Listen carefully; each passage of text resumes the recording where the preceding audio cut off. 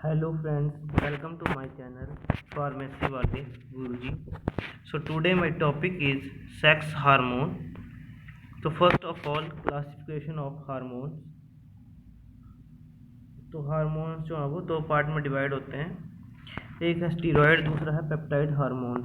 तो स्टीरॉयड में हमारे आते हैं कॉर्टिकॉइड्स एंड सेक्स हार्मोन। तो सेक्स हार्मोन जो है वो फर्दर टू टाइप्स में डिवाइड होते हैं, female sex hormone and male sex hormone. तो फीमेल सेक्स हार्मोन जो है वो दो टाइप के होते हैं, एस्ट्रोजन एंड प्रोजेस्टिन। और मेल सेक्स हार्मोन जो है वो होता है हमारा टेस्टोस्टेरोन। तो नेक्स्ट है hormones. Body's chemical messenger travel in your blood stream to tissue और organs, work slowly over time and affect many different processes including growth and development, metabolism, how your body get energy from food you eat, sexual function, reproduction, mood। तो जो हमारे hormones होते हैं उनका function क्या क्या होता है, वो हमारी बॉडी में क्या क्या काम करते हैं। तो ग्रोथ में हेल्प करते हैं, मेटाबॉलिज्म में हेल्प करते हैं, सेक्सुअल फंक्शन में हेल्प करते हैं, रिप्रोडक्शन में हेल्प करते हैं। और जो हमारी बॉडी में जो है जैसे कोई एनर्जी है तो एनर्जी देते हैं, वो ट्रांसफ़र करते हैं डिफरेंट डिफरेंट ऑर्गन्स तक लेके जाते हैं। और जो हमारे टिश्यू हैं उनकी प्रॉपर फंक्शनिंग में हेल्प करते हैं। हार्मोन्स ग्रोथ में हेल्प करते हैं। तो सेक्स हार्मोन कौन कौन से होते हैं? सेक्स हार्मोन में हमारे आते हैं टेस्टोस्टेरोन, मेल में प्रेजेंट होता है, और एस्ट्रोजन प्रोजेस्टेरोन जो है वो फीमेल में प्रेजेंट होते हैं। नेक्स्ट है इनहिबिन एंड रिलैक्सिन। तो ये जो है वो सेक्स हार्मोन्स में आते हैं सारे। तो फर्स्ट है हमारा टेस्टोस्टेरोन। तो ये जो है वो मेल सेक्स हार्मोन है, मैंने आपको पहले बता दिया। और जो हमारे ये जो हमें मेल्स में जो है वो जो हमारा रिप्रोडक्टिव सिस्टम है उसके जो सेकेंडरी सेक्स ऑर्गन्स होते हैं उनकी डेवलपमेंट में हेल्प करते हैं। Its endocrine function was established by Berthold in 1849। तो ये जो है वो बोरहोल्ड जो है उसने इस्टेब्लिश किया था कि इसका फंक्शन क्या है 1849 में। It was synthetically prepared by the year 1935। तो सिंथेटिकली जो है वो टेस्टोस्टेरोन को जो है वो 1935 में जो है प्रिपेयर किया गया था। तो नेक्स्ट है mechanism of action of testosterone. तो जो टेस्टोस्टेरोन है वो एक्ट करता है, जो हमारे एंड्रोजन रिसेप्टर्स होते हैं वहाँ पे जाके जो है वो एक्ट करता है ये, और वहाँ पे जाके एक्ट करेगा। और जो हमारे सेक्सुअल ऑर्गन्स हैं उनकी फंक्शनिंग में हेल्प करेगा, हमारी बॉडी को स्ट्रेंथ प्रोवाइड करता है। और जो हमारे टेस्टिस हैं उनकी ग्रोथ में हेल्प करता है। नेक्स्ट है टिश्यू अफेक्टेड। कौन कौन से टिश्यू जो हैं वो उनको इफेक्ट करता है ये। तो फर्स्ट है external genitalia, prostate, skin, hair. Next है मसल, बोन मैरो, ब्रेन। उस नेक्स्ट है बोन और brain. Potential effect of testosterone treatment. तो बेनिफिट क्या क्या हैं? रिप्रोडक्टिव फंक्शन में जो है वो हेल्प करता है, मसल स्ट्रेंथ प्रोवाइड करता है, erythropoiesis, bone strength, energy. Next है bone strength, epiphyseal closure, libido. Risk क्या क्या है इसके? अगर इसका लेवल जो है बढ़ जाता है, प्रोस्टेट कैंसर हो जाएगा, मतलब इसका लेवल अगर कम हो जाता है तो उसकी वजह से जो है prostate cancer, benign prostatic hyperplasia, erythrocytosis, sleep apnoea, ये जो है वो इसके रिस्क हैं। नेक्स्ट है actions. Sex organs and secondary sex organs, secondary sex characters, androgenic testosterone is responsible for all the changes that occur in a boy at puberty। तो जो भी प्यूबर्टी में चेंजेस होते हैं, मतलब जो किशोर अवस्था में जो भी चेंजेस होते हैं बॉयज़ में, तो वो सारे जो है वो टेस्टोस्टेरोन की वजह से होते हैं। अगर टेस्टोस्टेरोन का लेवल जो है वो कम होता है तो वो चेंजेस आने में जो है वो टाइम लगता है। नेक्स्ट है टेस्टिस। तो टेस्टिस का फंक्शन क्या है? ये इनका काम होता है स्पर्मेटोजेनेसिस करना and maturation of spermatozoa. Maturation करते हैं ये स्पर्मेटोजोआ की, टेस्टिस जो होते हैं। नेक्स्ट है skeletal and skeletal muscles. There is rapid bone growth both in thickness as well as in length. तो ये जो है वो बोन ग्रोथ में हेल्प करते हैं, थिकनेस भी बढ़ाते हैं उसकी और लेंथ भी बढ़ाते हैं। स्केलेटन एंड स्केलेटल मसल जो होते हैं उनके ऊपर जो है वो हमारे टेस्टोस्टेरोन का इफेक्ट किया है। नेक्स्ट है इरेक्टोपोइसिस। अब नेक्स्ट है हमारा साइड इफ़ेक्ट। तो फर्स्ट है विरलाइजेशन। तो विरलाइजेशन में होता है क्या है कि जो हमारे स्पर्म है उनका जो फर्टिलिटी जो है वो ख़त्म हो जाती है, मतलब उन फर्टिलिटी जो है वो बिल्कुल कम हो जाती है, फीमेल के करैक्टर आ जाते हैं, उसको बोलते हैं हम विरलाइजेशन। नेक्स्ट है एक्ने, पेनफुल इरेक्शन जो है वो साइड इफ़ेक्ट है टेस्टोस्टेरोन का। नेक्स्ट है precocious puberty, premature sexual behaviour and stunting of stature due to early closure of epiphysis, salt retention and oedema, cholestatic jaundice, hepatic carcinoma, gynecomastia.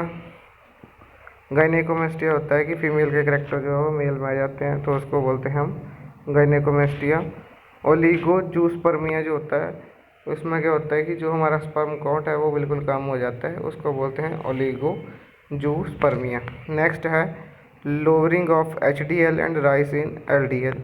अगर जो है वो HDL का लेवल जो है वो कम हो जाएगा और LDL का लेवल बढ़ जाएगा तो उससे जो है वो अदर डिसीजेज हो जाती हैं और जो टेस्टोस्टेरोन है उसकी फॉर्मेशन नहीं होगी प्रॉपर, क्योंकि जो टेस्टोस्टेरोन है वो हेल्प करता है, जो हमारा HDL है वो हेल्प करता है टेस्टोस्टेरोन की सिंथेसिस में।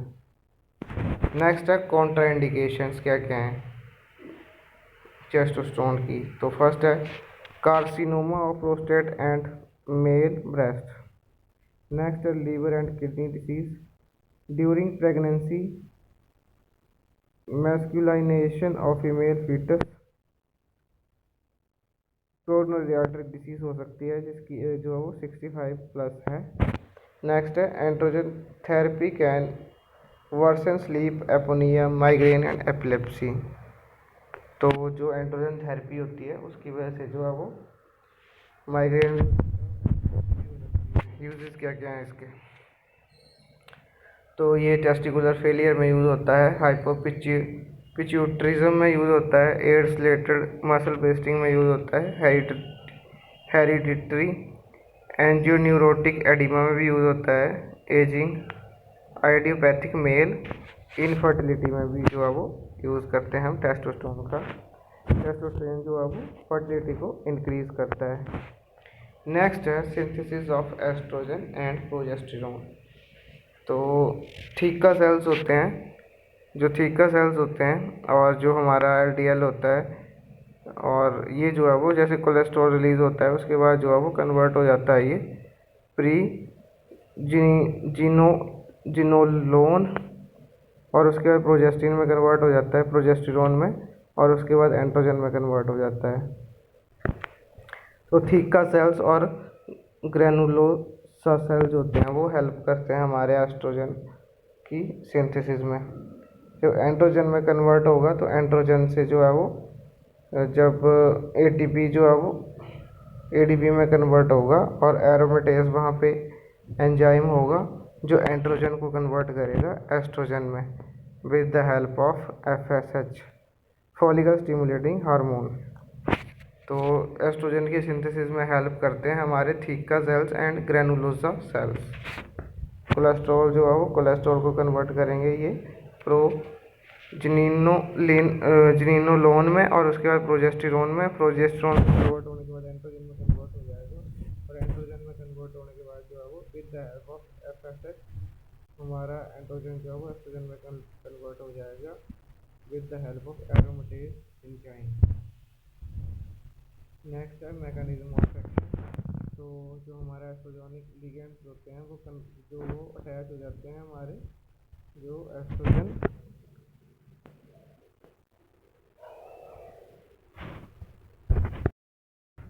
Membrane bound to ER। तो हमारा जो एरिथ्रोसाइट राइबोसोम्स होते हैं उनके साथ जो है वो अटैच होगा हमारा एस्ट्रोजेनिक लिगेंड्स, उसके बाद जो है वो ये अपना फंक्शन शो करेगा। तो एस्ट्रोजन का मेन फंक्शन यही है, उसका फंक्शन होता है कि जो भी हमारे फीमेल के सेक्स ऑर्गन्स होते हैं उनकी डेवलपमेंट में हेल्प करता है। Regulation of sex organ function, pubertal growth and development. ये जो है वो जो सेक्स ऑर्गन्स होते हैं उनकी ग्रोथ में हेल्प करता है। Development of secondary sex characters, जो सेकेंडरी सेक्स कैरेक्टर्स होते हैं उसकी डेवलपमेंट में भी हेल्प करता है, जैसे कि ब्रेस्ट ग्रोथ होगी, हेयर ग्रोथ हो जाती है, जो भी हमारे रिप्रोडक्टिव ऑर्गन्स होते हैं वहाँ पे जो हेयर ग्रोथ आती है वो सारी जो है वो एस्ट्रोजन की वजह से ही होती हैं, सारी जितनी भी हैं। नेक्स्ट है मेटाबॉलिक इफेक्ट। उसके बाद है pharmacokinetic.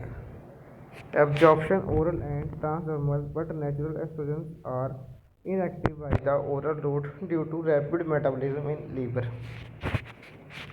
Large plasma protein binding to SHBG has well as to albumin. तो जो हमारा एस्ट्रोजन है वो ओरली जो है वो इनएक्टिव होता है, क्यों ओरली जो है वो लेस इफेक्टिव होता है, क्योंकि ये जो है वो डैमेज हो जाता है लीवर में जाने के बाद। नेक्स्ट है glucuronic acid and sulphate conjugation. Excretion जो है यूरिन और बाइल के थ्रू जो है वो इसकी हो जाती है। नेक्स्ट है adverse effect, suppression of libido, gynaecomastia and feminisation in males. तो अगर इसका जो है वो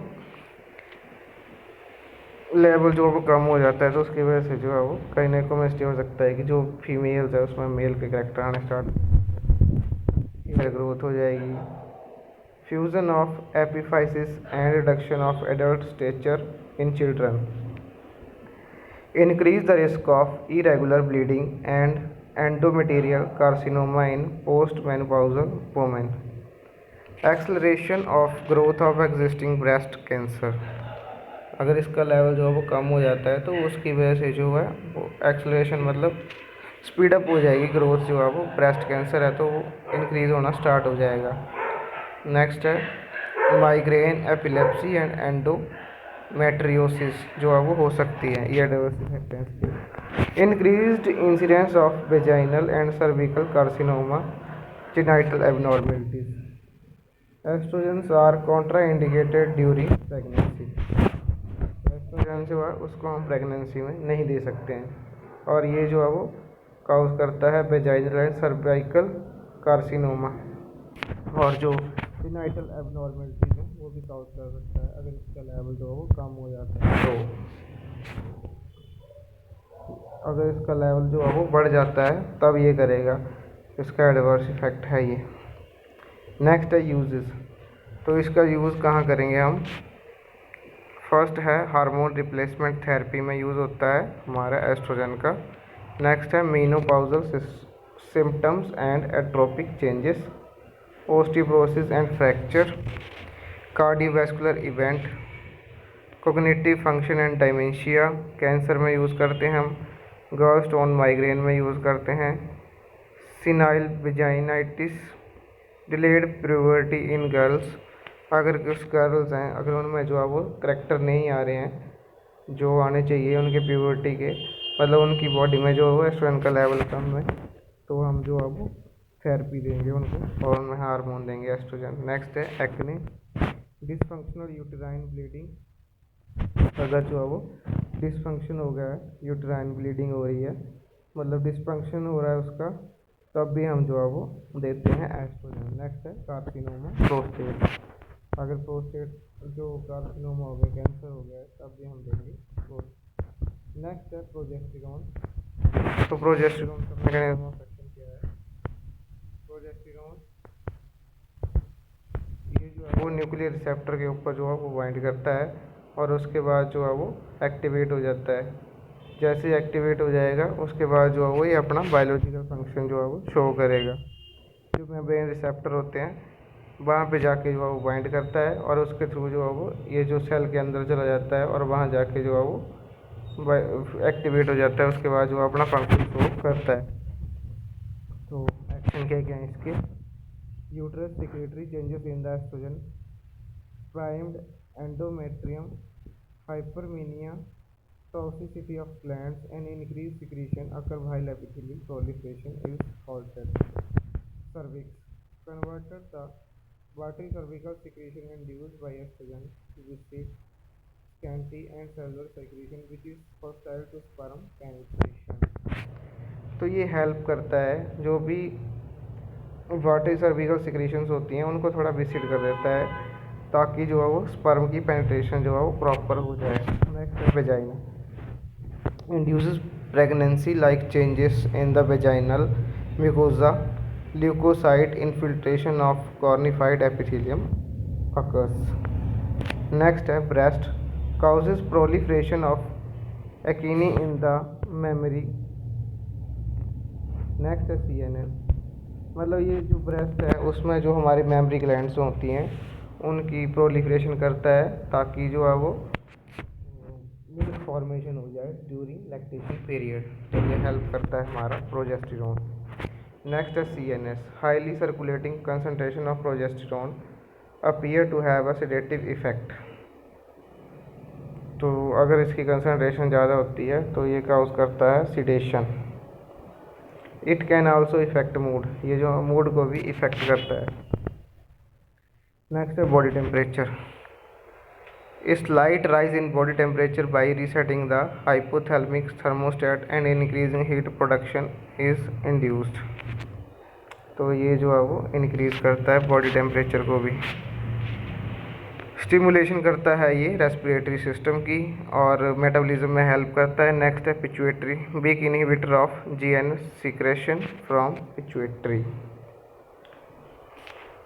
तो नेक्स्ट है फार्माकोकाइनेटिक, इनएक्टिव होता है ओरली, मोस्टली IM देते हैं इन ऑयली सोल्यूशन इसको, intramuscular, excreted in urine, metabolism, glucuronyl and sulphonide conjugation. Bioavailability जो है इसकी लो होती है और इफेक्टिव कंसंट्रेशन अटेंड हो जाती है इन द बॉडी।